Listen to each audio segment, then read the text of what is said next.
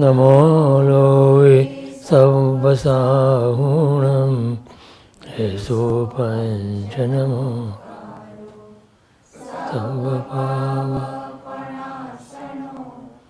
મંગલાણં ચ સર્વે પરમં હવૈ મંગલ નમો હરિહંસાય નમો સિદ્ધાણમ નમો આયર્યાણમ નમો વજ્રાય નમો લોય સર્વસાહુણમ હેસો પંચ નમો સર્વપાવ પ્રણાસનો મંગલાણં ચ સર્વે પરમં હવૈ મંગલ નમો હરિહંસાય નમો નમો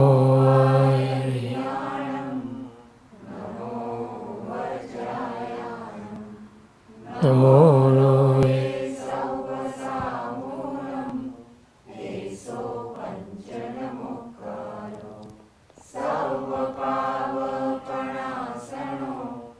મંગલાણં ચ સર્વે પરમં હવૈ મંગલમ.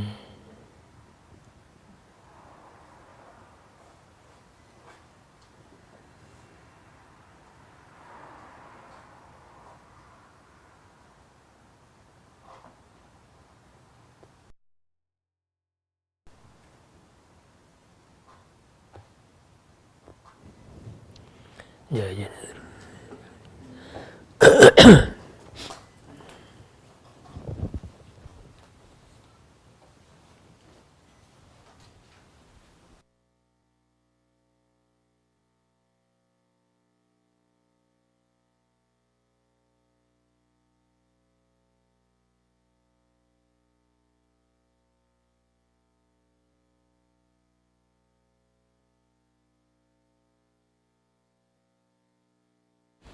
આજે સોમવાર તારીખ 5 મે 2014, સેશન નંબર 1.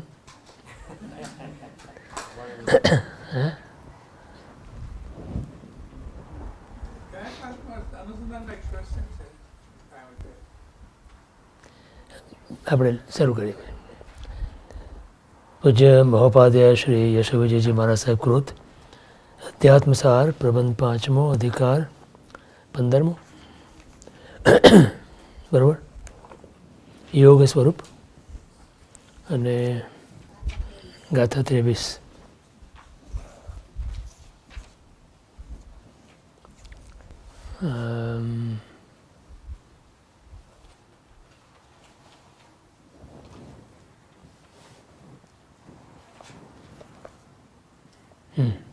બોલો. ભાવ વિચાર વિકલ્પના સંકલ્પ વિશે સમજણ આપી, એમાં જ્યારે દ્રવ્ય કર્મનો ઉદય આવે ત્યારે પહેલા કહ્યું કે જોયા કરવું, પછી એના વિસ્તારમાં આપણે એમ કહ્યું કે એમાં વિવેક રાખો. જો કે શુભ કર્મનો ઉદય હોય, પહેલા ફર્સ્ટ ચોઇસ અંતર્મુખતા, સેકન્ડ ચોઇસ કારણ શુભ ઉદય હોય તો એમાં જોડાવું, અને અશુભ ન કરવું, સારું કરવું પડે તો એમ કરવું પડે છે, એવી રીતે કરવું. જોયા કરવું એમાં તો ઉપયોગ આવી જાય ને, એટલે એ તો અશુભની ઉપેક્ષા. ઉપયોગ તો ખરો ત્યાં, ખાલી મોમેન્ટરી ના, મોમેન્ટરી કરતાં વિશેષ છે ત્યાં. પ્રશ્ન એવો છે કે ગયા વખતે આપણે જે વિચાર કર્યો હતો, વિચાર વિકલ્પ ઉદય, વિચાર વિકલ્પ ભાવ, શુભ ભાવ, શુદ્ધ ભાવ, એ આખી જે શૃંખલા એની, એમાં જે આપણી સ્વતંત્રતા છે, અને મને લાગે છે આત્મા ખાલી એક એ જ કરી શકે ને, ભાવ કરી શકે. હા હા, આત્માની સ્વતંત્રતા ત્યાં એ છે કે ઉપયોગથી કે જે ઉપયોગ એટલે પોતે, આત્મા પોતે ઉપયોગથી આત્મા એમ નક્કી કરી શકે, નિર્ણય કરી શકે કે આ ઉદય જે છે એમાં મારે ભળી અને એ અનુરૂપ અને એ અનુસાર મારે મારા મન વચન કાયાની પ્રવૃત્તિ કરવી કે ન કરવી, આટલી સ્વતંત્રતા છે એની પાસે. હે ખાલી સંમતિ આપી શકીએ કે બસ કે ના બસ ઉદયમાં ઉપયોગ ભળવાનો છે અનાદિકાળના એના અભ્યાસથી. અનાદિકાળનો અભ્યાસ તો એ જ છે કે ઉદય જેવો આવ્યો, ઉદય કર્મનો ઉદય આવ્યો એટલે જીવનો ઉપયોગ એમાં ભળ્યો અને એટલે એવો ભાવ કર્યો ને એટલે ભાવ કર્મ થયું. એટલે ભાવ કર્મની જે કલ્પના પોતાની છે પણ છે કલ્પના. કલ્પના એટલે સમજ ઇટ ડઝન્ટ એકચ્યુઅલી પોતાની કલ્પના ક્યારે બને છે? આ જ જો મુદ્દો સમજાય ને, આ ભાવ આ એનું જે સ્વરૂપ સમજાય તો આખું આત્માનું સ્વરૂપ સમજાઈ જાય. તો કે ભાવ કર્મ નિજ કલ્પના માટે ચેતનરૂપ. હવે ચેતનરૂપ એ ભાવ એટલા માટે છે કે એ પોતાનો ભાવ છે. ભાવ સ્વરૂપ આત્મા છે. ભાવ એકલો આત્મા કરી શકે, બીજા કોઈ દ્રવ્ય ના કરી શકે અને આત્મા બીજું કાંઈ ના કરી શકે. ખ્યાલ? માટે ચેતન તો એ થયો. પછી જીવ વીર્યની સ્ફૂર્ણા, એ વખતે એનું જે ઉપયોગ વીર્ય છે, જે એનો વીર્ય ગુણ જે છે એ જે ઉપયોગ વીર્ય એનું એ એમાં ભળે. જીવ વીર્યની સ્ફૂર્ણા. હજી શબ્દ કેવો વાપર્યો? સ્ફૂર્ણા. હું શું કરે છે? પ્રેરણા કરે છે. જીવ વીરની સ્ફૂર્ણા ગ્રહણ કરે જળ ધૂપ. હવે બોલો, વિચાર કરો કે ચેતન એવો આત્મા જળ એવા કર્મને ગ્રહણ કરે છે એમ ત્યાં કીધું. તો એની અંદર ઉપયોગ વીર્ય જ્યારે ભળ્યું ત્યારે, હવે એ જ ઉપયોગ વીર્ય જો એમાં ન ભળે હા તો કર્મ બંધ નથી. નિર્જરી આ પ્રવાહ દરેક સમયે ઘણા કર્મનો ઉદય થાય છે. High velocity flow. હા, હાઈ વેલોસિટી છે. ચોક્કસ. એ ફ્લો ઇઝ વેરી હાઈ. એટલે જાગૃતિ સતત એ રાખવાની પોતાના સ્વરૂપની જાગૃતિ. શું છે સ્વરૂપ પોતાનું? હું એક શુદ્ધ સદારૂપી જ્ઞાન દર્શનમય કરે. આ ગૂંટવાનું છે. એક ક્ષણે આ ગૂંટાવવું જોઈએ. પડે આ ગૂંટાવવું જોઈએ. હું એક શુદ્ધ સદારૂપી જ્ઞાન દર્શનમય કરે. વધી જાય. કારણ કે અનાદિકાળનો અભ્યાસ એ જ છે. અનાદિકાળથી જીવે, આપણે ગઈકાલ વાત કરી હતી ત્યાં સેન્ડિયાગોમાં આઈ થિંક. અનાદિકાળથી જીવને ટેવ શું છે, અભ્યાસ શું છે? તો કે ભોગાંતરાય કર્મના ક્ષયોપશમથી પરપદાર્થને ભોગવ્યા છે એટલે એ પરપદાર્થ પ્રત્યે જે રુચિ ઉત્પન્ન થઈ છે એટલે એ જ પરપદાર્થ તરફ એની દ્રષ્ટિ કાયમ માટે રહ્યા કરે છે. એટલે જ્યાં એને પરપદાર્થ જોવે છે, અનુભવે છે, ત્યાં એનો સંપર્ક થાય છે, સંયોગ થાય છે એટલે એમાં લપટાય છે. હા, ભોગવ્યા કરે અને ભોગવી શકતો નથી પાછો.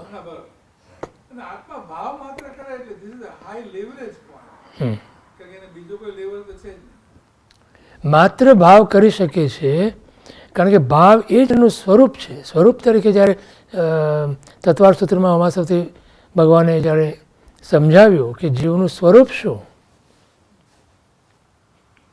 આ નામ અને રૂપ એ દેહનું સ્વરૂપ. તો જીવનું સ્વરૂપ શું? તો કે ભાવ. હવે ભાવ એટલે એમાં કયા ભાવ કીધા? તો ત્યાં એમણે એમ કીધું કે 5 પ્રકારના ભાવ કીધા. 5 પ્રકારના ભાવે જીવ પરિણમે. ઔદયિક, ઔપશમિક, ક્ષાપશમિક, ક્ષાયિક અને પારિણામિક. તો ઔદયિક ભાવે જીવ કાયમ માટે પરિણમ્યો અનાદિકાળથી. અને ઔદ્યોગિક ભાવ કરે એટલે વિવેક ન વાપરે એમ કહેવાય. ઔદયિક ભાવનો અર્થ એ છે ને કે જેવો કર્મનો ઉદય એવો એને ભાવ કર્યો. ત્યાં જાગૃતિ છે, મૂળ અવસ્થા છે, અજ્ઞાન અવસ્થા છે, બેભાન અવસ્થા છે. એ જાગૃતિ નથી માટે જેવો ઉદય એવો ભાવ કર્યો. એને ખબર નથી કે આ હું જે ભાવ કરું છું એ ઉદયને આધીન છે, સ્વાધીન નથી. મારો જે આ ભાવ એ ઉદયને આધીન થયો. ઉદયાધીનથી ચેતના ઉદયાધીન થઈ, સ્વરૂપાધીન ના થઈ. તો એનો માલિક થઈ જાય. માલિક થઈ ગયો. બસ આ જ જીવની ભૂલ. અનાદિકાળથી જો જીવે કોઈ એક ભૂલ કરી હોય કે જે ભૂલને કારણે એણે અનંત સંસાર ભોગવ્યો હોય અને રખડ્યો હોય અનંત સંસારમાં, તો આ ભૂલની શું કર્યું? ઉદયાધીન. ચેતના એની ઉદયાધીન બની. ઉદયને આધીન. ક્રોધનો ઉદય આવ્યો, ક્રોધ કર્યો, વિચાર ન કર્યો કે આ ક્રોધ એ મારું સ્વરૂપ નથી. એના માટે હું નાયક છે એવી વાટ બાંધવી પડે. એટલે મારું આ સ્વરૂપ નથી. એટલે કે મારું સ્વરૂપ શું છે? મારું સ્વરૂપ આ નથી.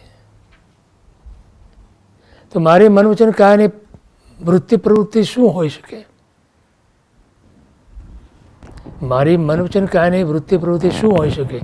તો કે જે મન વચન, જે વૃત્તિ પ્રવૃત્તિ મન વચન કાયાની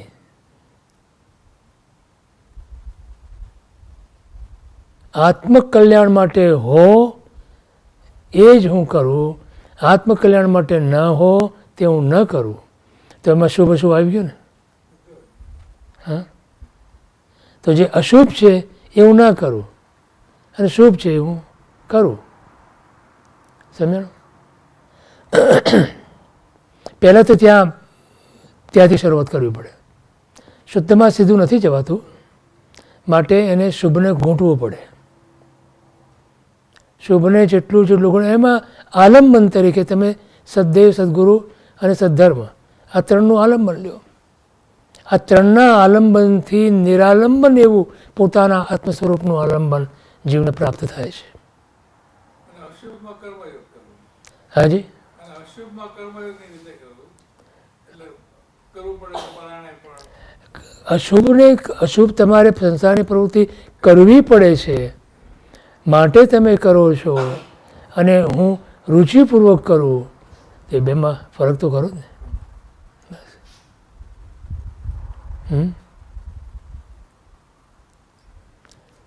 ગઈકાલે સાંડિયાગોમાં એક બહુ જ યંગ, એકદમ કદાચ 30sમાં હશે હું ધારું છું, મને સ્વાધ્યાય પૂરો થયો પછી મને આવીને કે મારે આ જીવન ક્રોધ ન કરવાની બાધા લેવી છે. In is 30s probably. અને એટલી ગંભીરતાથી મને કે આ જીવન, મેં કીધું આ જીવન? તો કે હા. અને એના આખા વ્યક્તિત્વ ઉપરથી મને એમ ખાતરી છે, વિશ્વાસ છે કે કરી શકે એમ છે.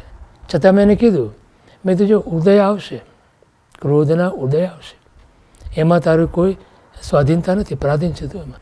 અને નિમિત્તો મળશે, એમાં પણ તું પરાધીન છે. પણ સ્વાધીન તું શેમાં છે કે એ વખતે આ મારું સ્વરૂપ નથી, એમાં તું સ્વાધીન છે. તો એટલું ધ્યાન રાખજે, તો તું કરી શકીશ.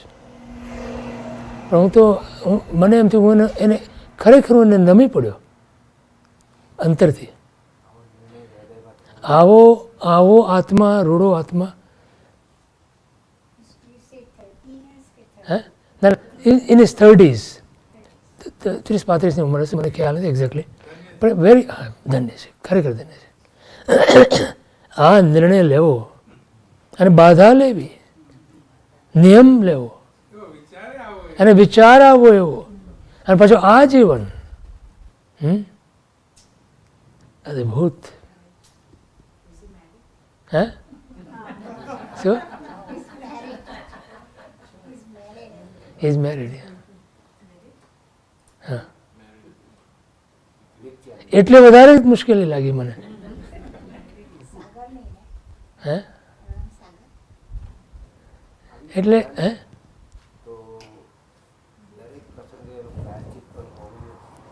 હા હા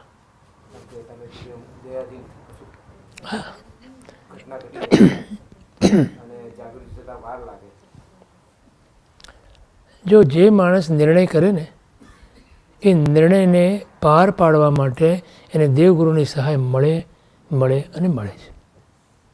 આપણે ઈચ્છા કરીએ છીએ, નિર્ણય નથી કરતા. કાલે મેં આમ કીધું ને, મેં કીધું આપણે બધા ઈચ્છા કરી નિર્ણય નથી કરતા. તો ત્યાં બીજો એક એવો જ યંગ બહુ જુવાની હતો. આમ એના ચહેરા પરથી તમને લાગે કે આ અને ઉત્સાહ આમ. તો એક મિનિટ જરા કદાચ તમારો આવલો હે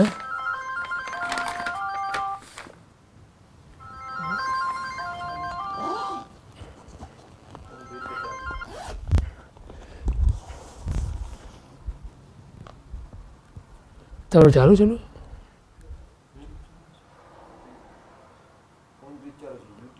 ઓકે વાંધો નહીં બસ વાંધો નહીં. તો અમે એટલે સ્વાધ્યાય ચાલતો હતો પછી મેં એમ કીધું કે મને એમ લાગે છે કે તમે બધા થાક્યા છો. એટલે કેટલા કે 4:45 જેવું થયું હતું, 4:30 પોણા 5. હવે 5 વાગે બંધ કરતા હોઈએ, 5 વાગે શું ચાલે.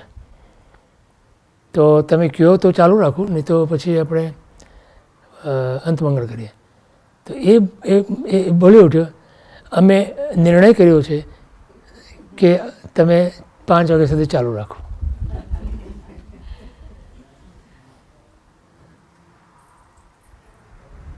હવે આ બધા નાની ઉંમરના લોકોમાં આવો જે ભાવ હું જોઉં છું અને I feel so good about it.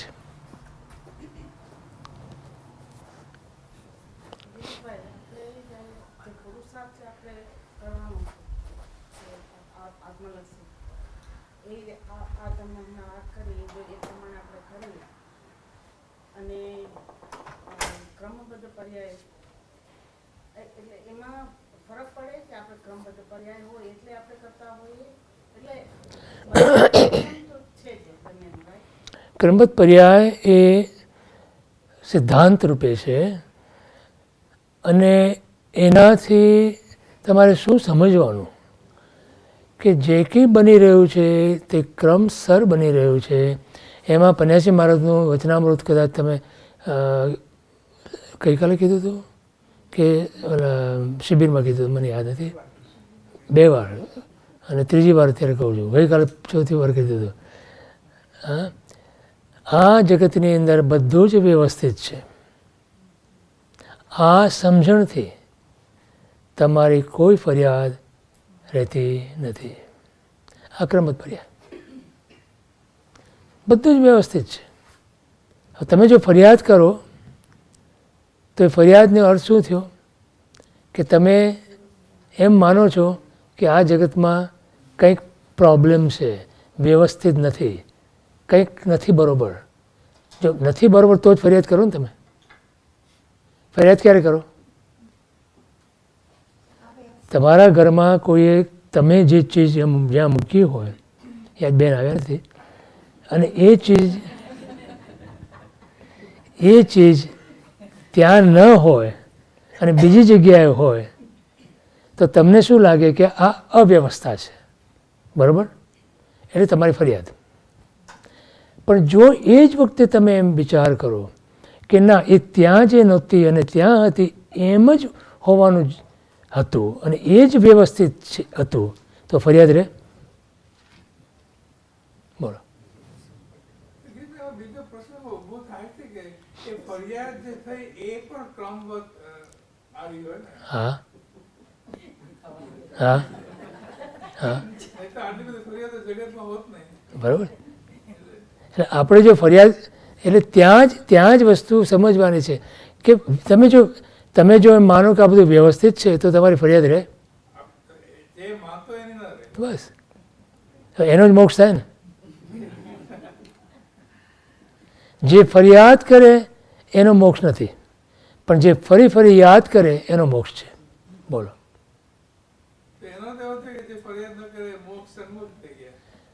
હે ફરિયાદ ના કરે છે મોક્ષ સન્મુખ થઈ ગયો. જે ફરિયાદ નથી કરતો અને ફરી ફરી પરમાત્માને ગુરુને યાદ કરે છે એનો મોક્ષ નિશ્ચિત છે. એકદમ સારો રસ્તો છે. આજે મને ભગવાન એટલા બધા ગમ્યા, ખરેખર મારી આંખમાંથી આંસુ હતા. મને એટલા બધા ગમ્યા ભગવાન. આજે ભગવાનના ફરીવાર એમના પ્રેમમાં પડી ગયો આજે. બોલો.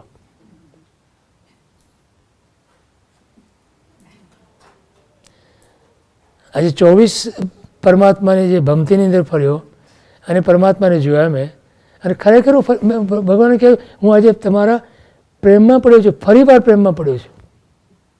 આ ભાવ હતો.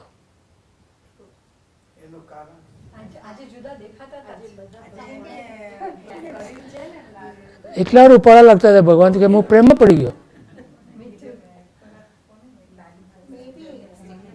હે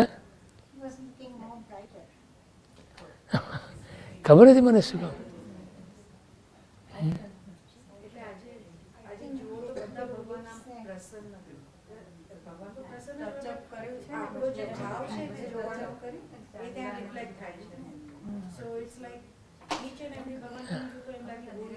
એટલે હું તો આમ તમે બધા ઊભા હતા ને તો હું તો આમ 24માં જતો રહ્યો અંદર ભક્તિમાં.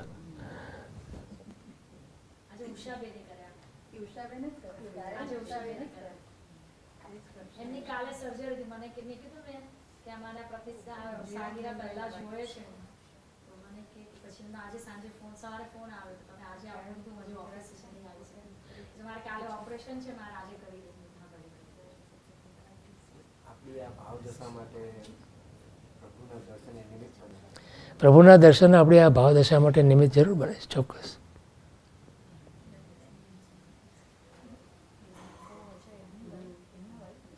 કોઈ દિવસ પ્રેમમાં પડ્યા છે ભગવાનના?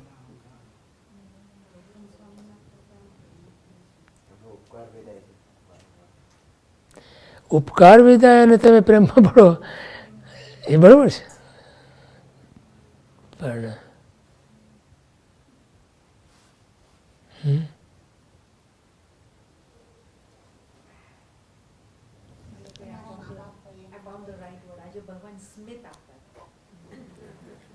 વાતો કરતા હતા. હા એની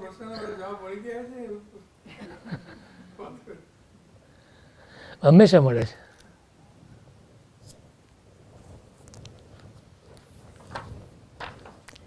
ત્રેવીસમી ગાથા શું કહે છે?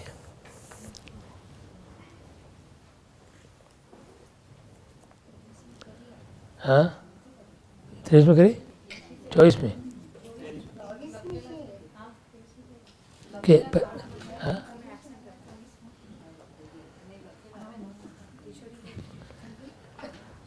તમે બોલો બધા નક્કી કરીને કહો મને. હા 24મી લઈએ.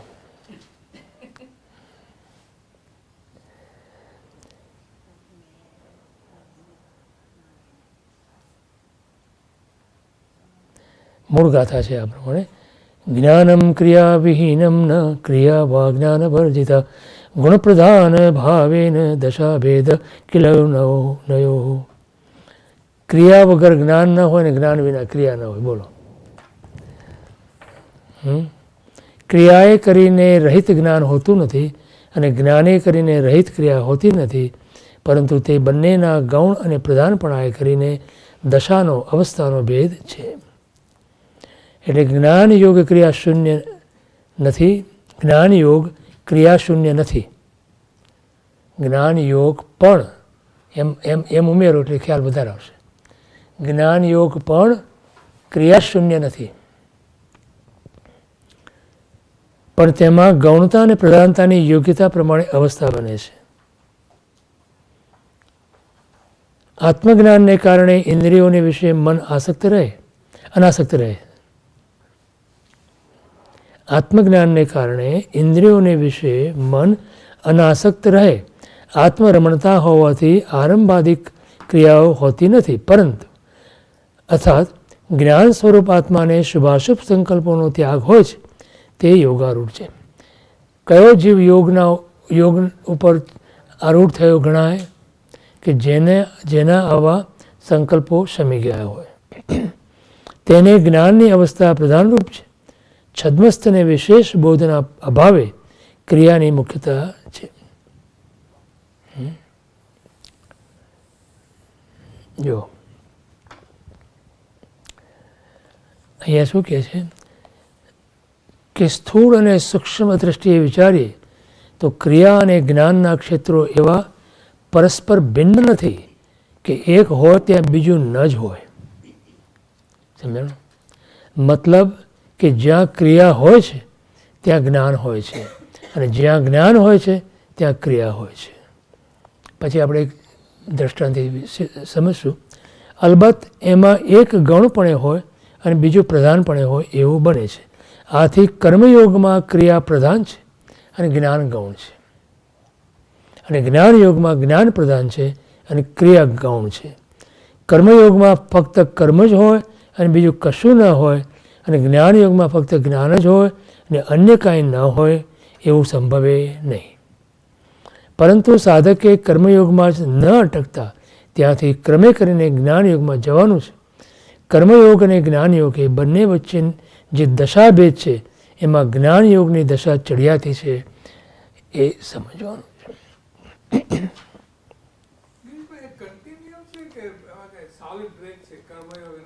ના, એ સિમલેસ, ઇટ્સ અ સિમલેસ.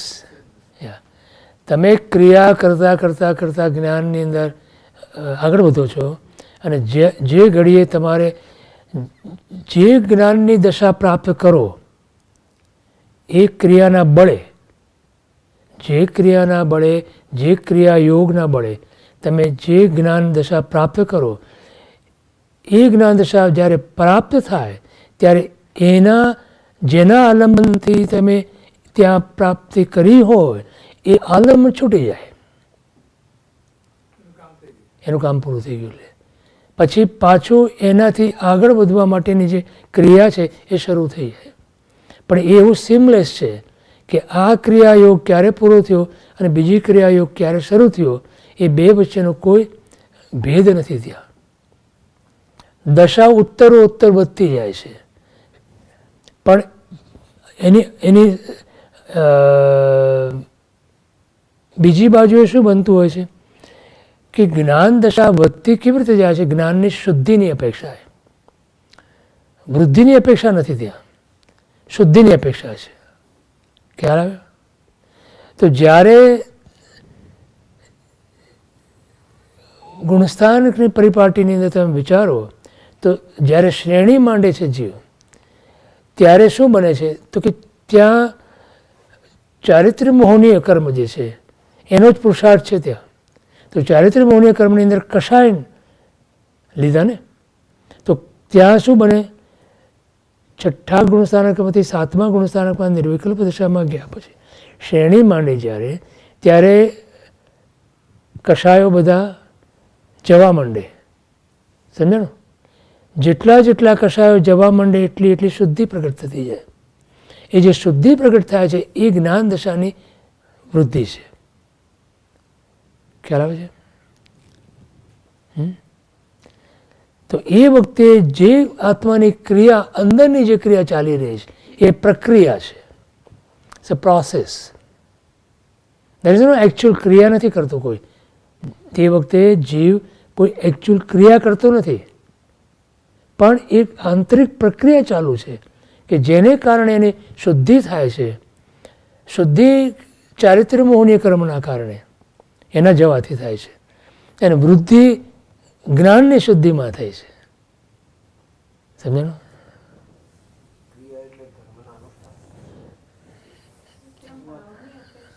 હા,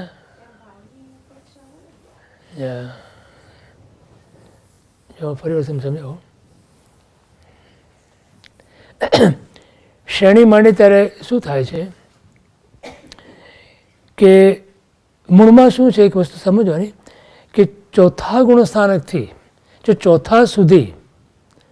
ચોથા ગુણસ્થાનકની પ્રાપ્તિ માટે જીવે મિથ્યાત્વનો ત્યાગ કરવાનો છે. સમજ્યું એટલું?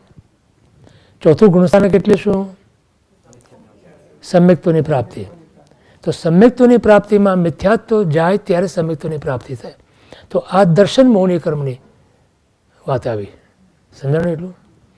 પણ એની સાથે એ જ વખતે ચોથા ગુણસ્થાનકમાં પણ ચારિત્ર્ય મોહની કર્મની 4 પ્રકૃતિ પણ ઉપશમ ક્ષપશમ કે ક્ષય થાય છે. બરાબર?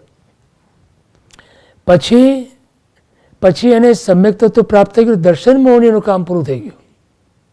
ખ્યાલ આવ્યો? અને હવે કામ ક્યાં રહ્યું?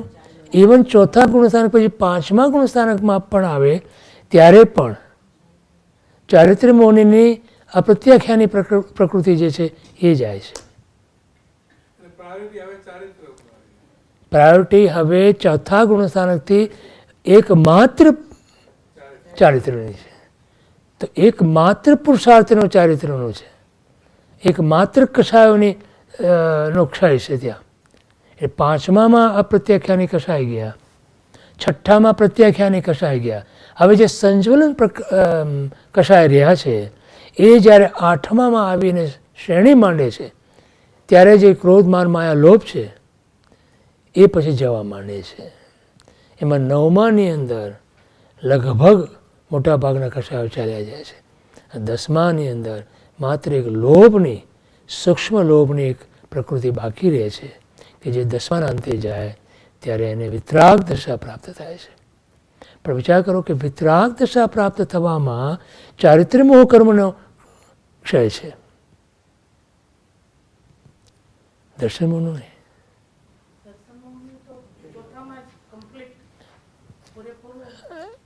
ક્ષપક્ષણી માંડે જ્યારે જીવ, ક્ષપક્ષણી માંડે ત્યારે દર્શન મોહને ક્ષય કર્યા વગર તો ક્ષપક્ષણી કેમ માંડી શકે?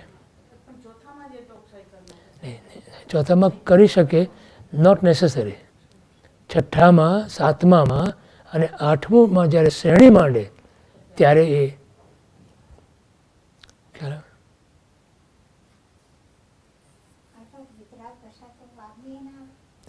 10માના અંતે વિતરાગ દશા, 12માના પહેલા સમયે વિતરાગ દશા. ડેન્જર 11માં નથી આવતો, જે ક્ષપક શ્રેણીમાં, ઉપશમ શ્રેણીમાં 11માં આવે. 2 શ્રેણીમાં ને ઉપશમ શ્રેણીની અંદર 11માં આવે અને 11માંથી પછી એને ઉદય આવે જે પ્રમાણે નીચે આવે. આપણે ક્ષપક શ્રેણીમાં વાત કરીએ તો ક્ષપક શ્રેણીમાં ક્ષય કરતો જાય આગળ, ઉપશમ શ્રેણીમાં દબાવતો જાય છે. એટલો ફરક પડે.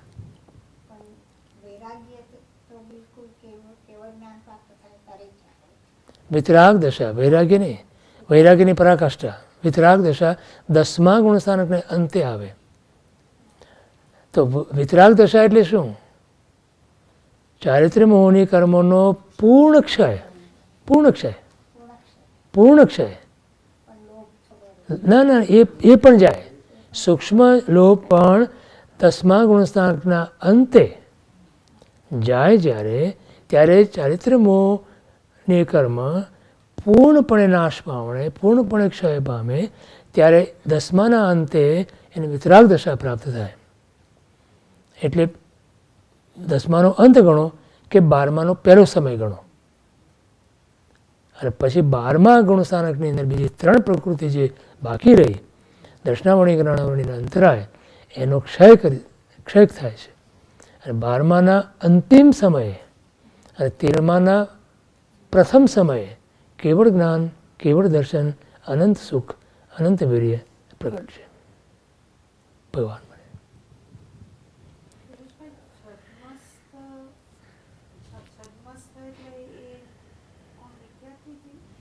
નહીં, છદ્મસ્ત જીવ એટલે જેનું જ્ઞાન ઉપરનું આવરણ હજી છે, એ કેવળ જ્ઞાનાવરણીય કર્મ હજી ખપ્યું નથી, એ 12મામાં જાય.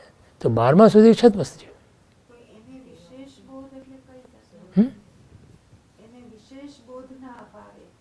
હા, એટલે કેવળ એટલે વિશેષ, જો વિતરાગતા વગર કેવળ જ્ઞાન નથી, બરાબર.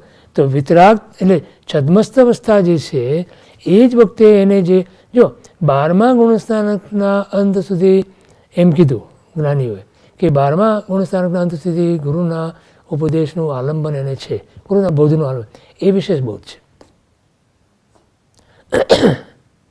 હવે બોલો મને કહો કે તમે જ્યારે એ 7મા ગુણસ્થાનકમાં નિર્વિકલ્પ દશામાં હોય ત્યારે ક્યાં બોધનો વિચાર છે? નિર્વિકલ્પ દશામાં બોધનો વિચાર ક્યાં છે? કયો? 7મા જ ગુણસ્થાનકમાં નિર્વિકલ્પ દશા છે જ્યાં, ત્યાં બૌદ્ધનો વિચાર જ ક્યાં છે?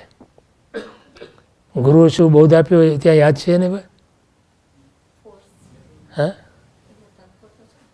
આપણે એટલે પણ એ વખતે એનો પોતાનો ઉપયોગ તો નથી ને બૌદ્ધમાં. જો ઉપયોગ બૌદ્ધમાં હોય તો વિકલ્પ થયો, જો વિકલ્પ થયો તો નિર્વિકલ્પ દશા નથી, અને નિર્વિકલ્પ દશા નથી તો ક્ષણે નથી માની શકતી. હા, વિકલ્પ કર્યો છઠ્ઠામાં છે.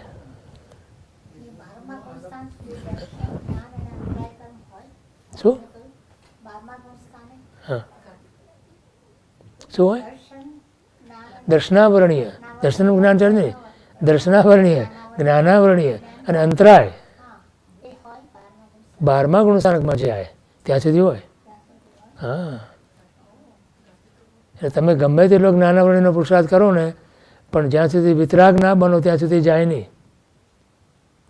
એટલે પહેલાં વિતરાગ બનો ને, વિતરાગતા માટે વૈરાગ્ય જોઈએ. તો વૈરાગ્ય જ્યાં સુધી નહીં આવે ત્યાં સુધી કામ નહીં થાય આપણું.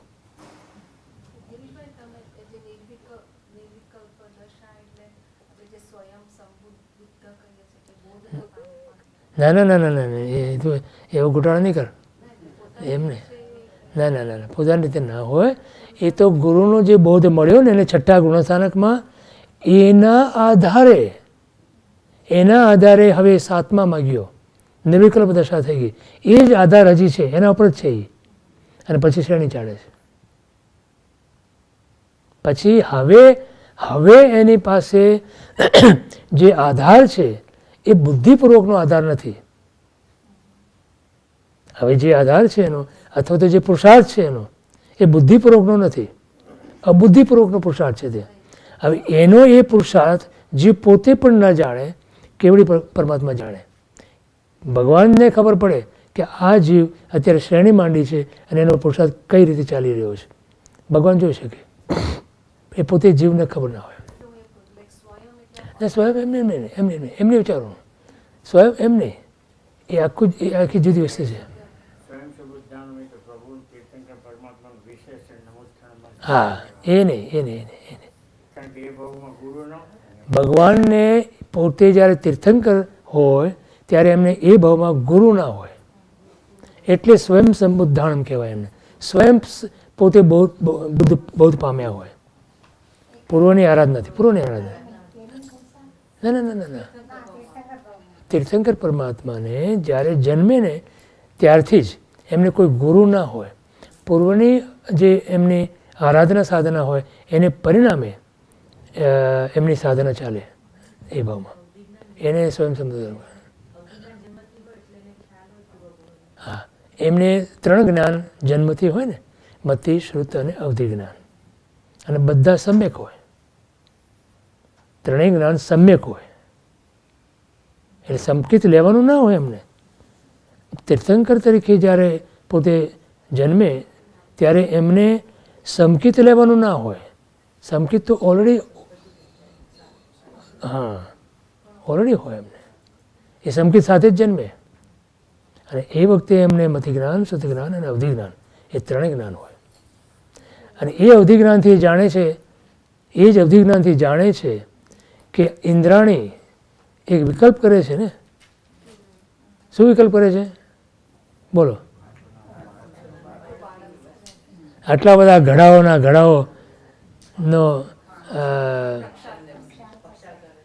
પ્રક્ષાલ આવડા નાના, હજી તો હમણાં જ જન્મ્યા છે, એ કેવી રીતે સહન કરી શકશે બોલો? એ આ તો ઇન્દ્રાણીના મનની અંદર વિકલ્પ છે, પણ એ વિકલ્પ જાણ્યો ભગવાને શેનાથી જાણ્યો? એમનામાં રહેલા અવધિ જ્ઞાનથી. એટલે ભગવાને શું કર્યું? ઇન્દ્રાણીને ઠેકાણે લાવી દીધી.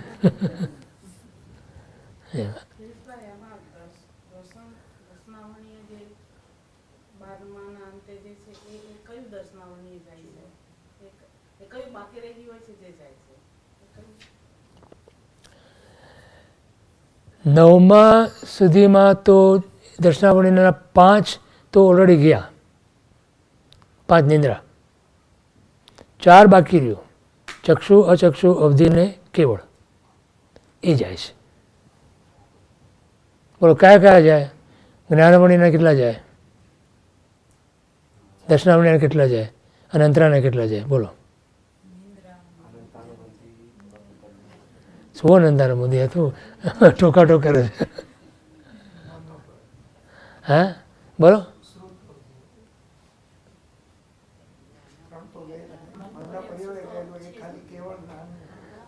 બરાબર એનો સવાલ જ નથી.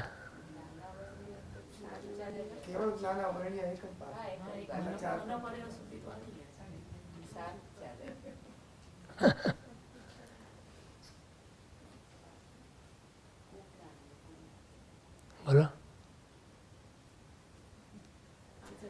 હા 9 તત્વ ભણી ગયા બધા. બોલો. હા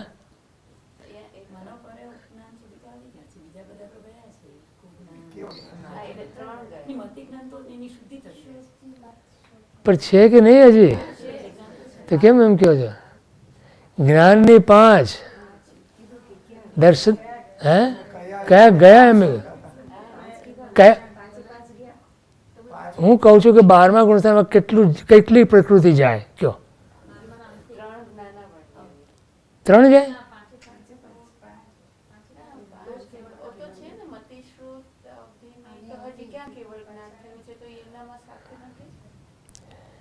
પણ કોઈ 12મા ગુણસ્થાનકમાં આવે ત્યારે એમને કેવળ જ્ઞાન થાય કે નહીં? તો એની તો વાત કરું છું કે 12મામાં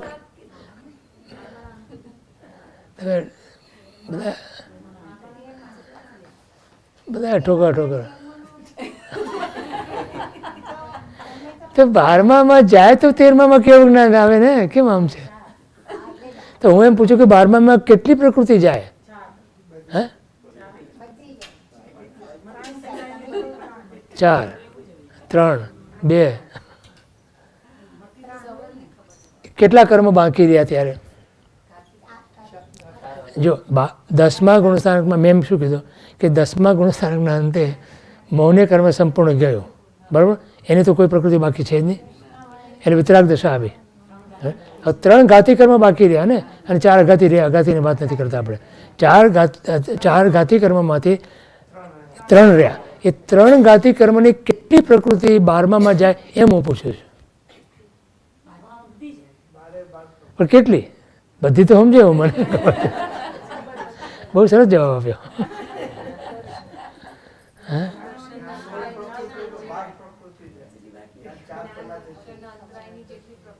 જેટલી પ્રકૃતિ જવી હોશિયાર બધા. જ્ઞાનની 5, અંતરાયની 5 અને દર્શનની 4.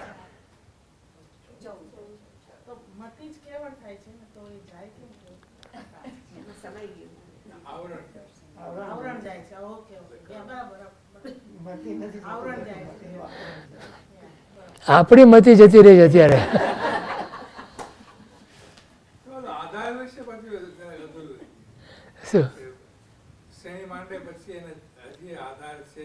આ ગુરુના વચનનો એ બોધનો આધાર છે, એ આલંબન છે, એ આધારે આલંબન એ હા એ આધાર ઉપર આગળ વધે છે જીવ. એ આધારથી જ એનો પુરુષાર્થ ત્યાંથી આગળ વધે છે. એ 12મા સુધી રહે છે એ આધાર.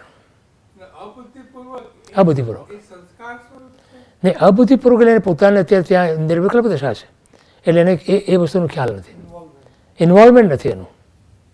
there is no involvement there. મનોચન કાયાનું કોઈ ઇન્વોલ્વમેન્ટ નથી, પૂર્ણ સ્થિરતારૂપ છે. અને ત્યાં એ શ્રેણી માંડી 10મા સુધી આવીને મૌનીને ખતમ કરી નાખ્યું. અને વિતરાગ દશા જ્યારે આવી ત્યારે જેના આધાર ઉપર ઓલા 3 દર્શનાવળી, જ્ઞાનાવળી અને અંતરાય ઊભા હતા, એ આધાર ગયો મોહનીયનો, એટલે એ 3 કડક ભૂસ કરીને નીચે. હવે ખ્યાલ આવે? હવે ખ્યાલ આવે?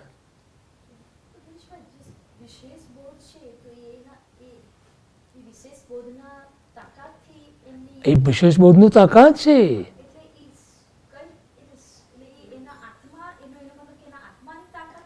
નહીં. ગુરુનો બોધ, ગુરુના બોધથી જે એને શક્તિ મળે છે પોતાને, અને પછી જે પોતાની આત્માની જે વીર્ય સ્ફુરે છે, એના કારણે શ્રેણી માંડે છે. એ અદ્ભુત વાત છે. માટે ગુરુ બહુમાનો મોક્ષો એમ કીધું આપણે પંચસૂત્રકમાં. ગુરુ બહુમાનો મોક્ષો એટલે ગુરુના બહુમાનથી, ગુરુ પ્રત્યેના અહોભાવથી જીવ મોક્ષ પામે છે. એ આ બોલો.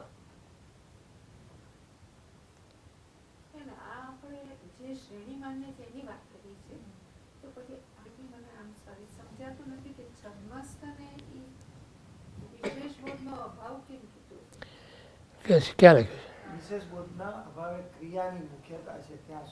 ઓ એ હા આમાં લખ્યું છે છદ્મસ્તને વિશેષ બોધના અભાવે ક્રિયાની.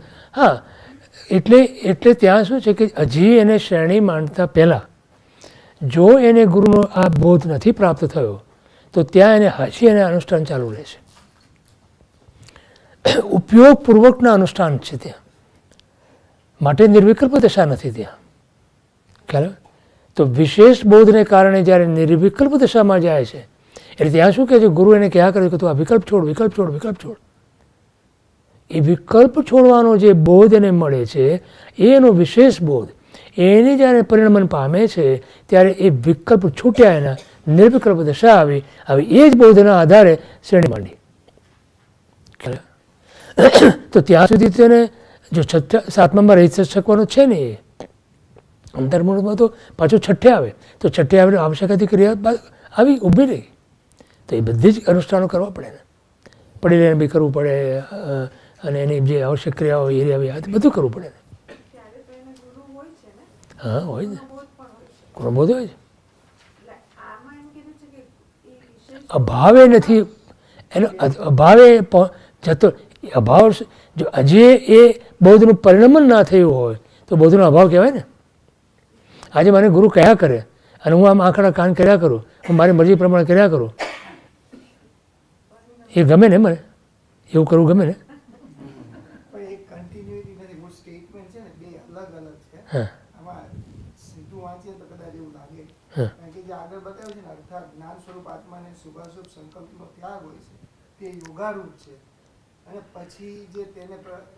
તેની જ્ઞાનની અવસ્થા પ્રધાનરૂપ છે. હા હા, એ આખું જુદું જ છે. ના, એ જુદું છે, આખું જુદું છે. સમજાણું? હા, વિકલ્પથી મુક્ત થવા માટે જો તમે જો ઉપયોગમાં સ્વાધીન ના બનો તો તમે વિકલ્પ છોડી ના શકો. વિકલ્પ તમને હેરાન કરશે. પરાધીન.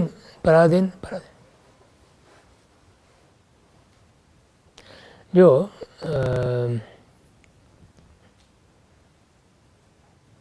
એટલા માટે ત્યાં ગુરુ પારતંત્રતાનો સિદ્ધાંત મૂક્યો. બહુ આમ એટલું અદ્ભુત અને માર્મિક છે આ, કે અત્યાર સુધી તમે જે તમારું બધું જે કર્યો, અનુષ્ઠાનો, ધર્મો વગેરે બધું, એ તમારી મતિ પ્રમાણે કર્યું, અને ગુરુની આજ્ઞા તમે કેવી રીતે પાળી, કેવી રીતે માની? તો કે તમને જે ગમ્યું એવું કર્યું.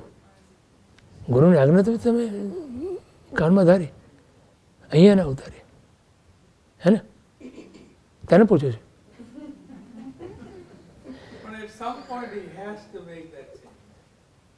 તો પછી શું થયું કે ત્યાં સુધી એનું ઠેકાણું પડ્યું નહીં. હા, ત્યાં પછી જ્યારે ગુરુ પર પારતંત્ર્યતા, ગુરુ પારતંત્ર્યતા કીધું છે, શબ્દ વાપર્યો છે શાસ્ત્રમાં. એટલે હું સ્વતંત્ર નથી. હું અત્યાર સુધી શું માનતો હતો જીવ કે હું સ્વતંત્ર છું. પછી એનું એક પદ બી છે, હું સ્વતંત્ર નિશ્ચલ, એવું કંઈક છે એનું પદ. શું છે આ લોકો ધૂન ધૂન કરે છે. હે સ્વચ્છંદ તો ઠેઠ સુધી છે, જ્યાં સુધી એનું ઠેકાણો ના પડે ત્યાં સુધી, ત્યારે જાય. એટલે ગુરુ પારતંત્રતાની અંદર પોતાની જેટલી સ્વતંત્રતા પ્રાપ્ત થાય છે, કેટલું કોન્ટ્રાડિક્ટરી છે બોલો. નહીં, એ પહેલા પારતંત્ર હું ગુરુને પર સમર્પણ, ગુરુ જે કહે છે મારી સ્વતંત્રતા ગઈ, પણ મારે તો સ્વતંત્રતા જાય એટલે ગામમાં આમ જાણે હું લૂંટાઈ ગયો. હા,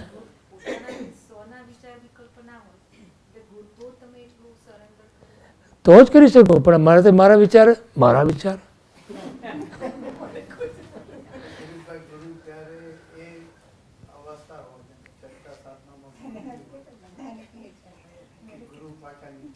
હે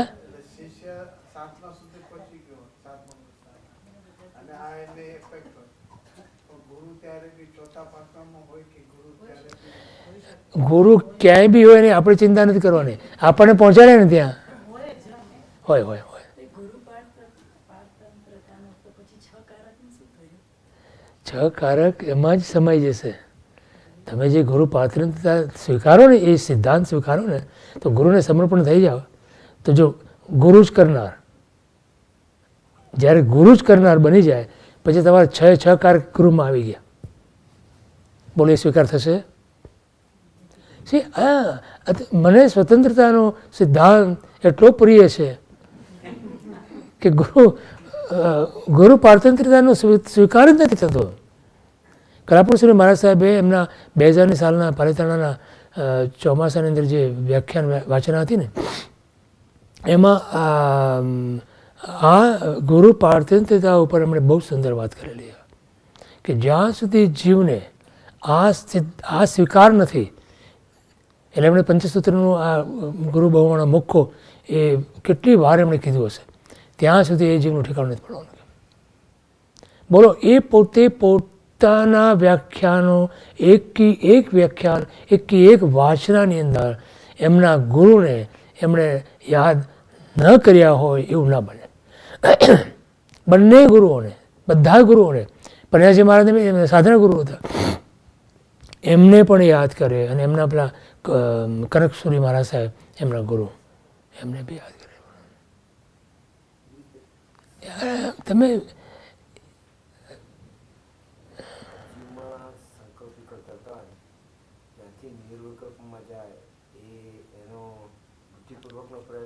હા,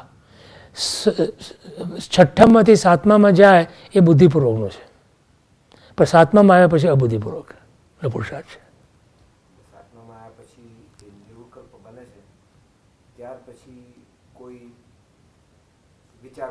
ના, હજુ બોલો, તમે વિચાર કરો કે જો ગુરુ પારતંત્રતા ન સ્વીકારી હોય તો છઠ્ઠામાંથી સાતમામાં જઈ શકે?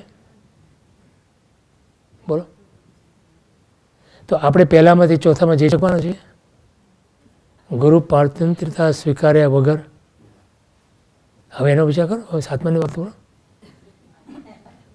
સાતમા આઠમાની છોડો વાત, પહેલામાંથી ચોથામાં જવું છે કે નહીં? હે, તો પછી ગુરુ પારતંત્રતા સ્વીકારો, સ્વચ્છંદ છોડો, સ્વચ્છંદ મત આગ્રહ ત્યજી વર્તે સદગુરુ લક્ષ્ય સમકિત તેને બાકીયું કારણ ગણી પ્રત્યે. એ પ્રત્યક્ષ કારણ કીધું. બોલો, હવે ત્યાં પરોક્ષ છે, પરોક્ષ કીધું છે, તો પ્રત્યક્ષ કોને કહેવાય? Right there, here. હા, જે જીવ અનુભવા કરે ને એને ખબર પડે, આપણે અનુભવ નથી કરતા. એવા ખોટા ફસાઈ જઈએ છીએ આપણે કે જ્યાં પૂછો વાત. બૌદ્ધ પરિણામની શરૂઆત જ ત્યાંથી થાય. બૌદ્ધ પરિણામ જ ના પડે. મને બધે ખબર છે. મને ક્રમબદ્ધ પર્યાયની બી ખબર છે. હે ને ખબર છે.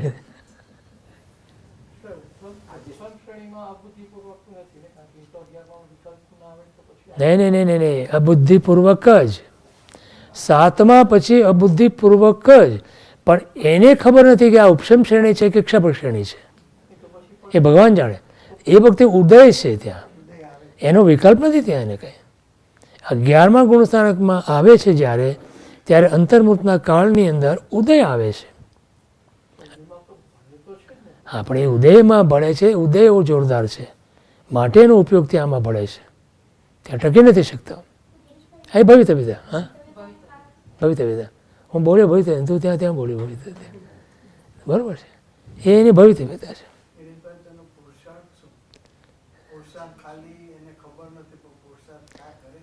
કારણ કે એને ખબર નથી કે આ ઉપશમ શ્રેણી માંડી છે મેં કે ક્ષપક શ્રેણી માંડી છે.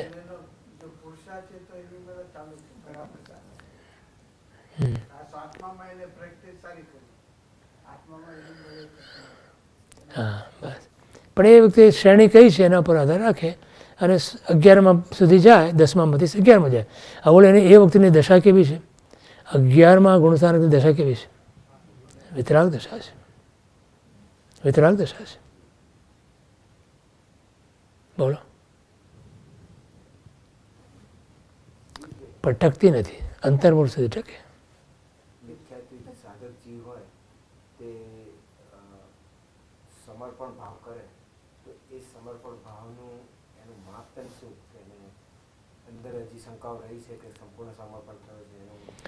પ્રશ્ન એવો છે કે સાધક અવસ્થાની અંદર જીવ ગુરુને સમર્પણ થાય છે તો એ સમર્પણ ભાવની અંદર હજી અંદર એની અંદર આમ હજી વિચલિતતા હોય કે ચલાયમાન હોય કે અંદર કોઈ ગરબડ હોય એમ એને ખબર કેમ પડે? એને ખબર ના પડે એને.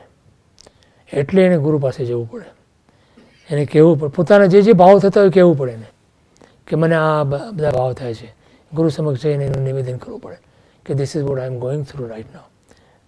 Where do I stand? Or what is the remedy for this?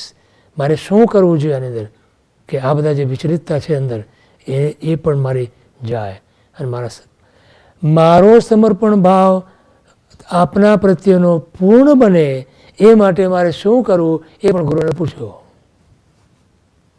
શું એ ગુરુ નક્કી કરે. જરૂર પડે તો સારણા વારણા ચોયણા ને પડી ચોયણાથી પણ તમને ઠેકાણે લાવે.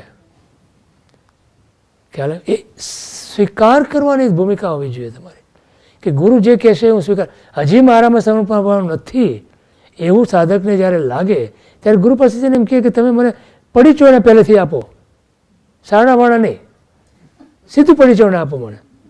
એમ જ્યારે કહે ત્યારે એનું ઠેકાણું પડે. દંડો ખાવાની જ્યારે આમ તૈયારી હોય ત્યારે તમારું ઠેકાણું થાય, ઠેકાણું પડે.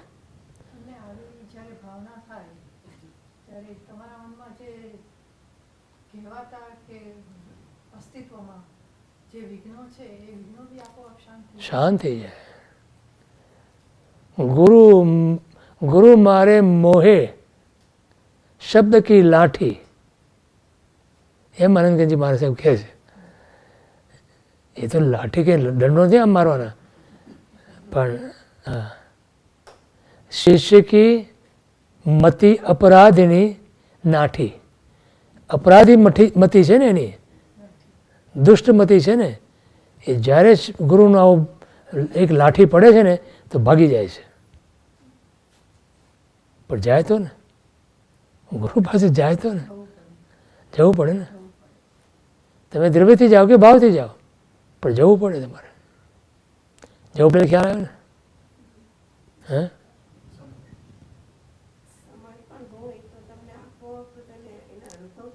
થવા જ માંડે. જો આમાં શું છે કે તમે એક ડગલું ભરો ને એટલે બીજું ડગલું તમારું ગુરુ જ ભરાવે તમને. તમારે એક જ ડગલું ભરવાનું છે. સાહેબ એમ કહે છે કે 99% ગ્રેસ એટલે કૃપા, 1% તમારો પુરુષાર્થ. તો સાહેબને પૂછ્યું કે સાહેબ આ 1% પુરુષાર્થ એટલે શું? તો કે તમે એક ડગલું ભરો, બસ સન્મુખ થવા માટે એક ડગલું ભરો. નિર્ણય, એ જ કમિટમેન્ટ. પછી તમારી ચિંતા 99% ગ્રેસ એટલે 99% કૃપા ગુરુની વરસવાની જ છે તમારા ઉપર. પછી કોકે એમ પૂછ્યું મારા જેવાએ કે સાહેબ અમારે એક ડગલું ના ભરવું શું કરવું? તો કે ગુરુ જે કરે ને એને કરવા દો, વચમાં પથરા ના નાખો. કીધું કે જે ગુરુ કરે કરવા દો, તો તમારે એક ડગલું નહીં ભરવું પડે, તમને આખા આખા ગુરુ ઉપાડી મૂકી દેશે. બોલો.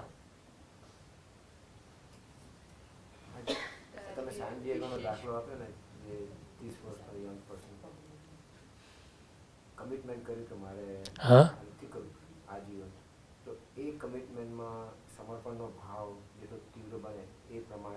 હા, એને દેવગુરુ પસાય, એને દેવગુરુની સહાય મળી જ રહે, અવશ્ય મળી રહે. એ જ એને નિર્ણય કર્યો, એ નિર્ણયને એનામાં જેટલી દ્રઢતા, એ દ્રઢતા પ્રમાણે એને મળી જ રહે. ભગવાનની કૃપાને જો ઓળખતા શીખો તમે, તો તમને આ વિકલ્પ જ ના રહે. તમે નિર્ણય કર્યો, ભગવાન તો છે મારો નિર્ણયને પૂરો કરવા માટે, બસ આ જોઈએ. બોલો.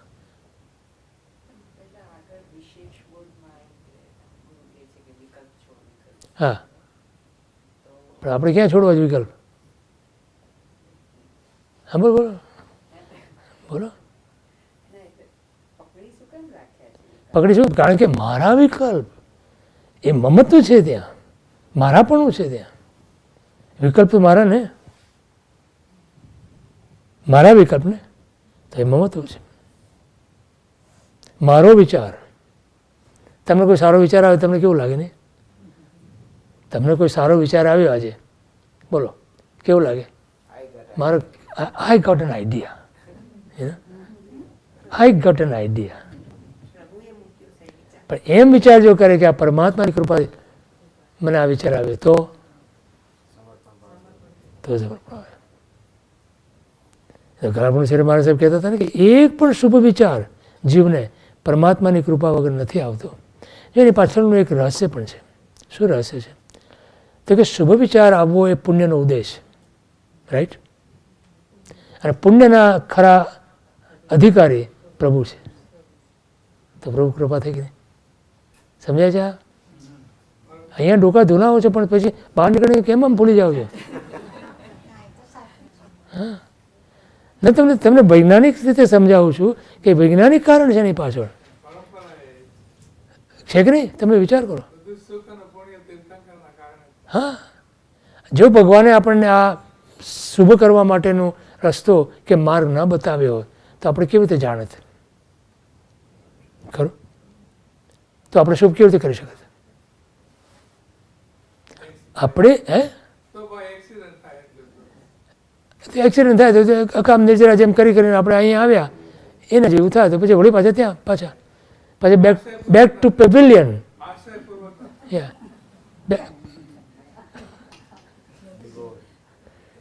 પેવિલિયન શું છે આપણું? નિગોદ.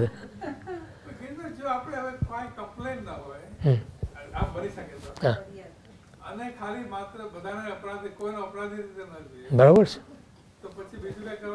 કાંઈ જ નથી કરવાનું, કોઈ એક ખોળામાં બેસી જાઓ.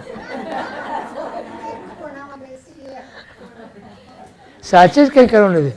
અરે તમે હું તમને કહું એ વાસ્તુ તમે અનુભવ કરી જજો, ખાલી એક અઠવાડિયું કરી જજો, કે એક દિવસ કરી જજો, કે 2 દિવસ કરી જજો. બસ આજ અનુભવ કરજો તમે. અરે તમને એટલી શાંતિ, એટલો આનંદ, એટલી પ્રસન્નતા. અને તમે વિચાર કરો તો કોઈ ફરિયાદ નથી. હવે આ જગતને લીલાને બેઠા બેઠા મફતમાં બેઠા એવું કહે છે શ્રીમદજી, આ જગતની લીલાને અમે મફતમાં બેઠા બેઠા જોઈએ છે. હા,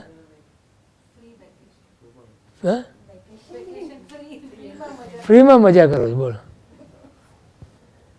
એમ તો નથી કે આ જ છે. એટલી મજા છે એમાં, એટલી મજા છે, જસ્ટ અનબિલિવેબલ. હા, જોયા કરો તમે. તમે જો એક વસ્તુ તમે અમારા મોટા બાપુ જે હતા ને, એમની પાસે હું એક વસ્તુ શીખ્યો. He was my mentor. Observation. He had a tremendous sense of observation. Tremendous sense. મારી કંઈ નથી, પણ he was just amazing. આમ બેઠા હોય, ક્યાંય બી બેઠા હોય, રેલવે સ્ટેશન પર બેઠા હોય, કે પાનવાળીની દુકાને ઊભા હોય, કે ક્યાંય પણ કોઈ લગ્નમાં ગયા હોય, કે કોઈને ત્યાં ગયા હોય, કાંઈ બી, એમનું આમ શાંત ચિત્તે અને પ્રસન્નતાથી ઓબ્ઝર્વેશન ચાલુ હોય એમનું. બોલો, નો અભિપ્રાય, કોઈ I never scene him giving opinion, never. અભિપ્રાય ક્યારેય પણ નહીં હોય એમનો, ક્યારેય બી અભિપ્રાય ના આપે. અને ધારો કે કંઈ કહે, ધારો કે પાનવાળાની દુકાને ઊભા હોય ને, ધારો કે આ તો તમને દાખલો આપું છું, તમે સમજાય એટલે, તો પણ એનામાં એ ઓબ્ઝર્વ કર્યું હોય, પછી એ વ્યક્તિમાં કોઈ ને કોઈ ગુણ શોધી કાઢે અને પછી કે, બોલો, એમેઝિંગ વ્યક્તિત્વ હતા.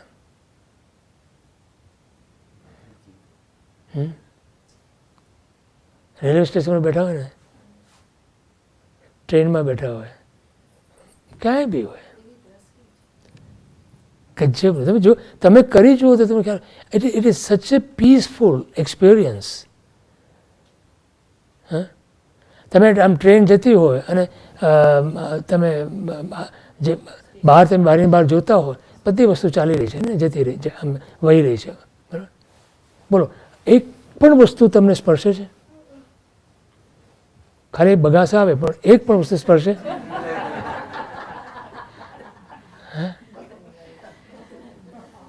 નથી સ્પર્શતી. બસ બોલો, એમ જ તમે રાખો છો કે આખી જગતની સાહેબજી તો અમારે એમ કે વરઘોડો. અમે નાના હતા ને તો ધીસ વોઝ અવર પેશન. ગામમાં વરઘોડો નીકળે, શેરીમાં વરઘોડો નીકળે, બધા જોવા નીકળીએ. તો વરઘોડો છે જોવાનું છે ને, you are not involve in that, right? You don't get involve in that. કારણ કે અમારે લાગે પણ કે ના હોય કંઈ, પણ તમે જોતા એમ આરામથી એમ જોયા કરો જગતને. આ જગતનો વરઘોડો ચાલે કે સાહેબ એમ જ કે વરઘોડો ચાલ્યા કરે છે, જોયા કરો તમે. હે, હા, ઓલો જો ઓલો ટ્રાફિક સિગ્નલ, સ્ક્વેર, ઓલો શું કહેવાય, ચોરા ઉપર, 4 રસ્તા ઉપર ઓલો આપણે મુંબઈમાં ઓલો ઊભો હોય ને હેડ પહેરીને, તો આમ તેમ ટ્રાફિક આમ જતો હોય, ક્યારેક સ્મશાન યાત્રા બી નીકળે અને ક્યારેક મોટો લગ્નનો વરઘોડો પણ નીકળે. What difference does it make to him? He just passes through. Keep moving, keep moving. હે,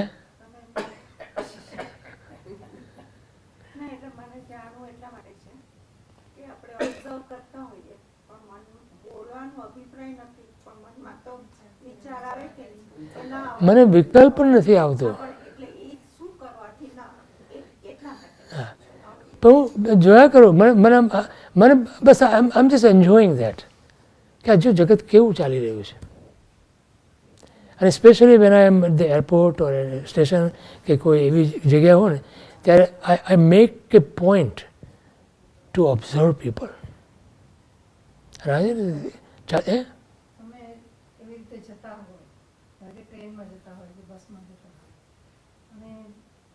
બહાર તમે જેમ કહો છો એ બધું છે ચાલે, પણ ધીસ ઇઝ મારા વિચારો છે, and I want to know why I am thinking, is it okay that I am thinking that. મને એટલું નૈસર્ગિક સૌંદર્ય લાગે અને ત્યારે હું ભગવાનને કહું કેવી સરસ સૃષ્ટિ તે બનાવી છે. બરાબર. હવે આ એ બરાબર કે એક વ્યક્તિ વસ્તુ નહીં સારું નહીં, બરાબર, ભલે ભલે, પણ તમે એને સારું છે એમ માનો છો, એ પણ એક પ્રગતિ છે.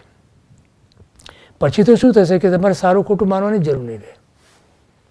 પણ અત્યાર સુધીમાં જે તમને એના આ બરાબર નથી, આ બરાબર છે એવો ભાવ જે થતો હોય એના બદલે બધું સારું છે, બધું સારું છે, બધું, અને પછી એ પણ ભાવ ના રહે. માત્ર જોયા કરો, તમે માત્ર જોયા કરો.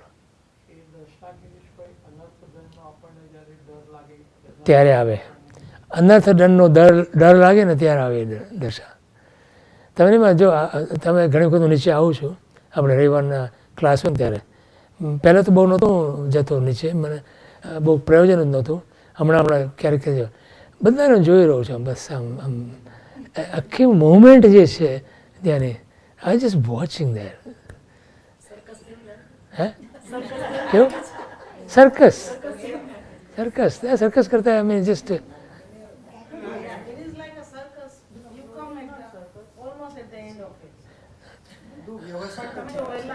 એટલે મને કાંઈ doesn't make, just watch, I mean just observe. No opinion, no opinion. વિચાર તો આવે, ચોક્કસ આવે. હા હા, શું કામ પણ દબાવવા પડે? પણ શું કામ દબાવો? આપણે દબાવવાની જરૂર જ ક્યાં છે? તો I don't want to tell anybody what I'm thinking. એમણે મને પૂછ્યું પણ જવાબ નથી આપ્યો મેં એમને. તમે જોયું નહીં? એમણે મને પૂછ્યું, રાઈટ? તમે જવાબ આપ્યો? હે જોયા કરો તમે. પૂછ્યું કે નહીં કુસુમબેન? એમણે મને પૂછ્યું કે નહીં? તમે જવાબ આપ્યો?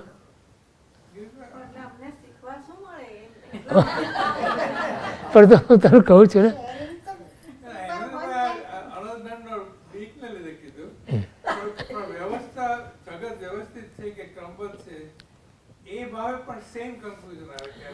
આજે હું તમને કહું, પન્યાસી મહારાજનું આ વચનામૃત તમને વારે વારે હું તમને કહું છું હમણાં કે જગત આખું વ્યવસ્થિત છે અને એ સમજણ તમારી ફરિયાદને નાબૂદ કરે છે.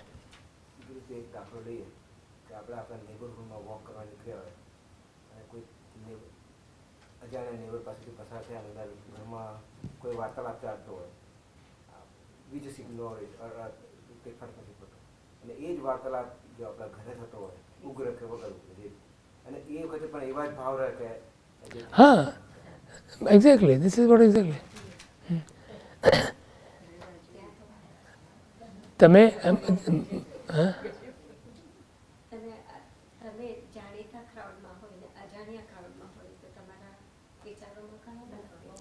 ફેર પડે છે ને તમારે? હા, ફેર પડે છે. હા રાઈટ.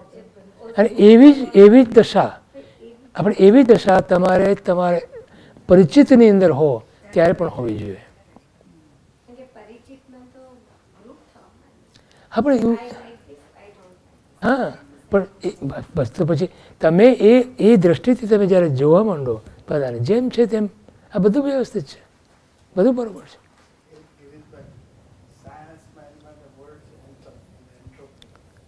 કેવું?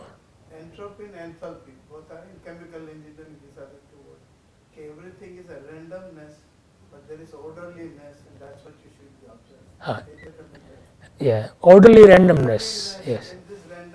વ્યવસ્થિત રીતે અવ્યવસ્થિત બધું,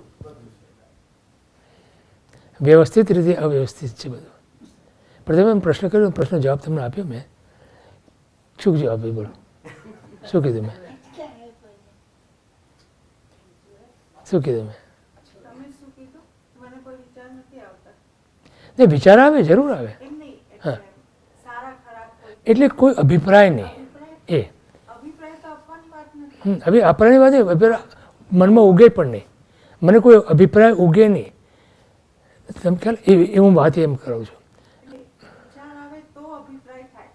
વિચાર તો હા નહીં, વિચાર આવી શકે, વિચાર તો આવી શકે. વિચાર વગર તો જીવ રહી ના શકે. સંજ્ઞેય પંચેન્દ્રિય જીવનું એ લક્ષણ છે. પણ અભિપ્રાય નહીં. અભિપ્રાયનો અર્થ શું થયો? એ વિચાર ઉપર તમારો વિકલ્પ, વિચાર ઉપરનો વિકલ્પ એ અભિપ્રાય. એટલું અભિપ્રાય જ ના આવે. તમે જે છે તેને સ્વીકાર કરો. નો એનાલિસિસ, નો એનાલિસિસ. સાધક તરીકે વિચાર આવ્યો અને વિકલ્પ આવ્યો, તરત જાગૃતિ થઈ કે આમાં નથી કરવાનું. હા, That is the loop. એ જ પ્રોસેસ છે. વિચાર આવ્યો, એના પર વિકલ્પ આવ્યો, તો વિકલ્પને તમે જોઈ શકો છો. અને વિકલ્પમાં 3 વસ્તુ હોય: રાગ હોય, દ્વેષ હોય, કાં તો અહંકાર. આ 3 હોય વિકલ્પ. વિકલ્પના બેઝિસ આ 3. these are 3 basis. કાં તો તમને એ વિચાર પર રાગ, જે નિમિત્તથી વિચાર આવ્યો એ નિમિત્ત ઉપર રાગ આવે, રાગ હોય કદાચ, કોઈ દ્વેષ હોય, અથવા તો અહંકાર. અહંકારના 2 ભાગ. તમારો અહંકાર કાં તો પુષ્ટ થાય એ બિનાથી, અથવા તો એ વસ્તુથી, નિમિત્તથી, ઓર તમારો અહંકારને ઠેસ પહોંચે. ધીસ ઇઝ 4 થિંગ્સ હેપન્સ વિકલ્પની અંદર. હા બોલો. હવે તમે એ વિકલ્પને એમ જુઓ અને તમે એમ કહો કે આ વિકલ્પનો હું કરતા નથી, એ પ્રેક્ટિસ કરવું પડે. એટલે તમે અભિપ્રાય આપવાનો બંધ કરો ને એક વખત. કોઈ જગતની અંદર આપણે અભિપ્રાય છે જ નહીં આપણો. એના પર ઘણા વખત પહેલાં આપણે વાત કરી હતી કે અભિપ્રાય આપવાનો બંધ. અભિપ્રાય નહીં, કોઈ અભિપ્રાય નહીં. પછી કોઈ મને કીધું કે કોઈ પૂછે શું કહેવું, તો પૂછે તો બને ત્યાં સુધી સારું કહેવું. ન કહેવું પડે તો ન કહેવું, પણ કહેવું પડે તો સારું કહેવું. તો તમે એમાંથી બચો છો. ખરું? આજે તમે કંઈક સારી વાનગી બનાવી હોય કોઈએ અને તમને ચખવાડી અને પછી પૂછે કે કેવી થઈ, તો તમે શું કહો? અરે આમાં મીઠાનું ઠેકાણું નથી એમ કહો? કેવું? કહો? ન કહો. તમે કહો બરાબર છે. એટલે મેં એક શબ્દ આપ્યો હતો, એ તમને કહેવું પડે, મારે ના કહેવું પડે.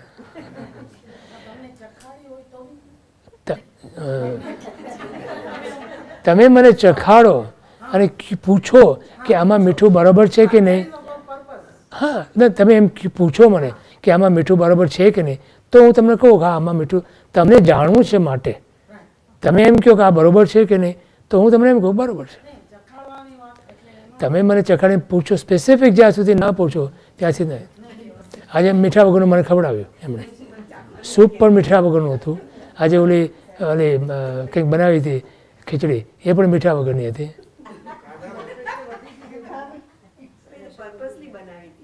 પર્પઝલી બનાવી હતી, મારું ટેસ્ટ કરતા હતી. હે તો મારું ટેસ્ટ પર ચાલુ છે કે નહીં, એમ કે જાગૃત છે કે નહીં, એમ તે તો સૂઈ ગયા હતા ચેટ ટેસ્ટ પર. તો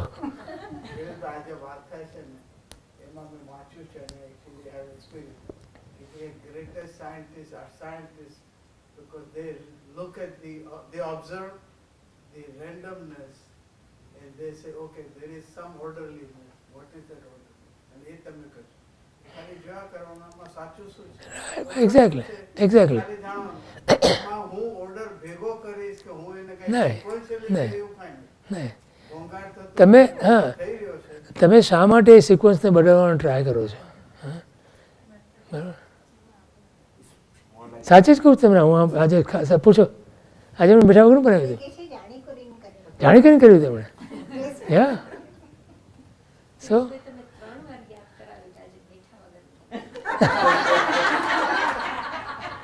મેં એટલા માટે તમને યાદ કરાવ્યું કે હમણાં એમને પૂછ્યું કે તમે અભિપ્રાય ના આપો. મેં કીધું ના, અભિપ્રાય ના આપું. તો પછી મેં દાખલો દ્રષ્ટાંત આપું તો તમને ખ્યાલ. અરે તમને રસોઈના દ્રષ્ટાંત એટલા માટે આપું છું કે તમને ઉતરી જાય. કાલે ઉઠીને તમે મીઠા વગરનું બનાવો તો ભાઈઓ તમને કંઈક બોલે નહીં. તો તમારા લાભ માટેની વાત કરું છું. અને જો તમને એ પણ સમજાય નહીં તો તમારા લાભની વાત પણ જો તમને ના સમજાય તો મારે શું કરવું? હા, હા, ચખાડવા આપ્યો છે. હા,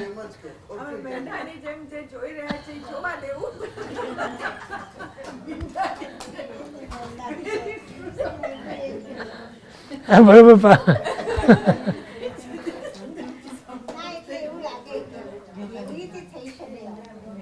પણ એટલે શું હું તમને કહું, જો ના સાંભળ,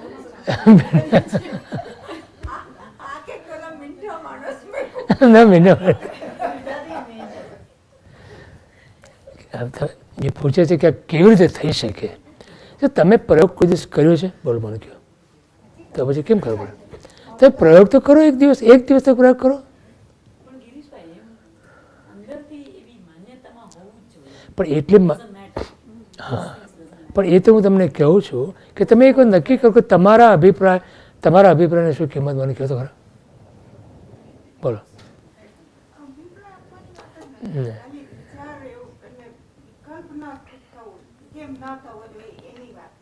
એટલે હું જ કહું છું કે જ્યાં સુધી તમને અભિપ્રાય અંદરથી પડ્યો છે, નથી પડ્યો, વેરી ગુડ. તો હવે શું થશે કે તમને વિચાર આવશે, એના પર વિકલ્પ જરૂર આવશે. હું એમ નથી કીધું કે તમારો વિકલ્પ ઓટોમેટિકલી બધા નાશ પામશે કે જતા રહેશે, હું નથી કહેતો. પણ તમને જો વિચારને જો અઘરો છે, કારણ કે એની જે શું હમણાં શબ્દ વાપર્યો તમે, વિચારની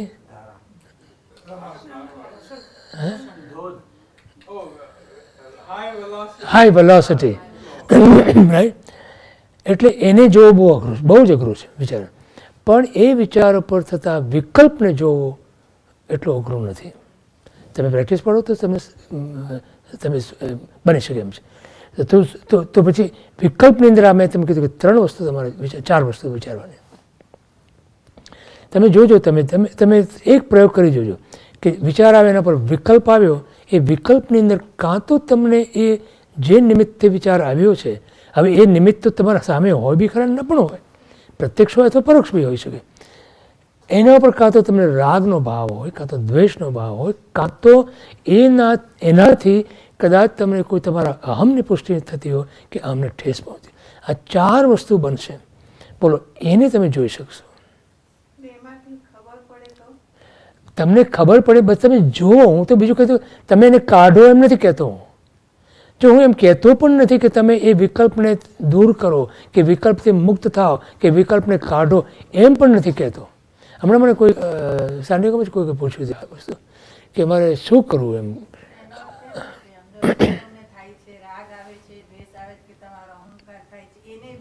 તમને ખબર પડવી જોઈએ. તમને ખબર નથી જે પડતી ને, એને કારણે તમે એના પ્રવાહમાં ખેંચાઈ જાઓ છો, વહી જાઓ છો. તમને ખબર, all we are trying to do here is to make you aware. અને એ અવેરનેસ ઇઝ જાગૃતિ છે. આજે તમને વિકલ્પને તમે ડેફિનેટલી, હું તમને કહું છું, ગેરંટીથી તમને કહું, 100% તમે જોઈ શકો. વાર લાગશે શરૂઆતમાં, પણ તમે જોઈ શકશો કે આ વિચાર આવ્યો, એ વિચાર ઉપર જે આ વિકલ્પ આવ્યો, વિચાર આવ્યો એટલે મને આ ગમ્યું, આ ન ગમ્યું, રાગદ્વેષ થયા. આણે જે કર્યું એ બરોબર નથી કર્યું, એટલે આપણા અહંકારને, આણે જે કર્યું એનાથી મને મારા માટે, એટલે મને બહુ લાભનું કારણ બન્યું, એવું જ્યારે થયું એટલે આપણો અહંકાર પોસાય છે. ત્યાં જો મેં આ કર્યું હતું ને માટે એણે આમ કર્યું, એ આ બધું તમે જોઈ શકશો. તમે આ તમને એમ ખ્યાલ આવશે તમે. અને તમારે જો તમે જાગૃતિ એટલી બધી સૂક્ષ્મ બનશે, તમારો ઉપયોગ સૂક્ષ્મ બનશે. અને સૂક્ષ્મ ઉપયોગ વગર સૂક્ષ્મ એવું આત્મતત્વ પામવું અશક્ય છે. ડિફિકલ્ટ નહીં, અશક્ય છે. માટે આપણા ઉપયોગને સૂક્ષ્મ બનાવવા માટે આ જરૂરી છે. એટલે સાહેબ જે ધ્યાન અને કાયોસર્ગને માં દેવચંદ્રની મહારાજ સાહેબની અષ્ટપ્રવચન માતાઓની જે સજ્જાઈ છે એનું એક ઉદાહરણ આપેલું ત્યાં. એમાં એમ કીધું હતું કે તમને કદાચ બીજું બધું કદાચ તમે ન જોઈ શકો તો તમે તમારા કષાયના ઉદયને પણ તમે જોઈ શકો. રહત વિકાર સ્વરૂપ નિહારી તાકી મનસા સંગત ધારી. એક પદ ઉપર એમણે આ વાત કરી હતી. પણ તમને તમારો કષાયનો ઉદય, ક્રોધનો ઉદય આવ્યો, જોઈ શકો કે નહીં? માનનો ઉદય આવ્યો, તમે જોઈ શકો કે નહીં? માયાનો ઉદય આવ્યો, જોઈ શકો નહીં? લોભનો જોઈ શકો નહીં? જોઈ શકો છો તમે. ભલે વાર લાગશે પણ તમને ખબર પડે કે આ જો ક્રોધનો ઉદય મને આવ્યો. ભલે ઉદય આવ્યા પછી, કર્યા પછી ખબર પડે, પણ પછી ખબર તો પડે ને. અત્યારે તો શું બને છે જીવોને, લગભગ મોટા ભાગના કે ક્રોધ કરી લીધા પછી પણ એને ખબર નથી પડતી મેં ક્રોધ કર્યો. અને on top of that the worst thing is this કે ક્રોધ કરીને એને જસ્ટિફાય કરે છે, માટે એનું ઠેકાણું પડતું નથી. કેટલા વિકલ્પ રાગદ્વેષનો વિકલ્પ હોવામાં એના મૂળમાં તત્વનો નિર્ણય નથી કર્યો, પાકો નિર્ણય નથી કર્યો એટલે રાઈટ. તત્વનો નિર્ણય નથી એટલે શું છે? ત્યાં પોતાનું જે ખોટું અહમ પડ્યું છે, અહંકાર છે, એને કારણે. તો બોલો તમારો અહંકાર કેટલો બધો આમ ઓલમોસ્ટ તમારો અહંકાર નાશ પામે, આમ જાય, અહંકાર જાય તમારો. એ ખોટું અહમ તમારું જાય જ્યારે, હું ફરી વાર તમને રસોઈનો દાખલો આપું તમને. તમે રસોઈ બનાવી હોય, ભલે તમે સારામાં સારી રસોઈ તમારા હિસાબથી બનાવેલી હોય, અને કોઈ માણસ એની જરા બી પ્રશંસા ન કરે, જરા બી પ્રશંસા ન કરે, ઓન ધ કોન્ટ્રરી એ કહે કે આમાં આમ છે કે તેમ છે, અને એવી વખતે પણ તમને એવું લાગે કે આ પ્રશંસા નથી કરી અને એમાં એને ખોડખાપણ કાઢી છે, એ વખતે પણ હું જો શાંત રહી શકું છું તો તમારો અહંકાર તમારો ચાલી જાય છે. ઓવર ટાઈમ થઈ ગયો અને એક પ્રશ્નની અંદર તમારો એક ગાથા બી ન થઈ. શું આપે જવાબ? શાનો જવાબ? હે? ને વિકલ્પ જે તમે ફરી વાર કહું છું, વિકલ્પ કાઢવાની ચિંતા ના કરો, એને ઓળખવાની કોશિશ કરો. બસ, તમે નહીં આગળ વધવા દો, મને ખબર છે. પછી ઓલા બેન ફરિયાદ કર્યા જ કરે છે.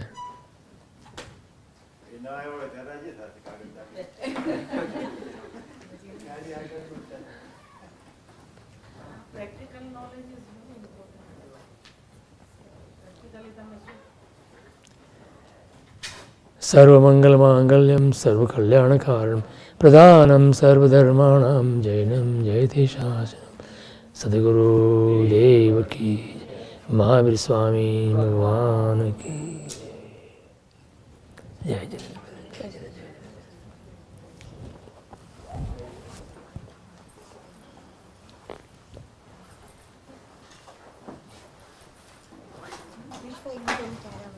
હા, એક વસ્તુ બીજું કહું છું કે કોઈ વાર આપણે કોઈ કહી જાય મને મારા હૃદયને I felt bad, then I like to share with next day and I want to get it out.